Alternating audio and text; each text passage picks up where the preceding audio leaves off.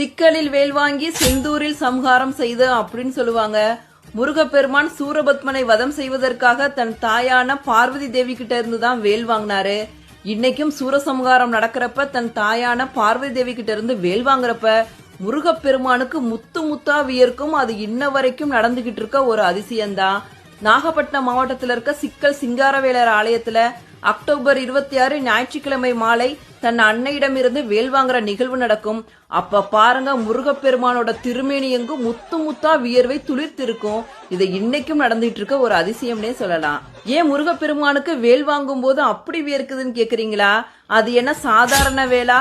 பார்வதி தேவி தன்னோட சக்தி ஆற்றல் அனைத்தையும் ஒன்றாக திரட்டி அதை வேலாக மாற்றி அந்த சக்தி வேலைத்தான் முருகப்பெருமானுக்கு கொடுக்கறாங்க.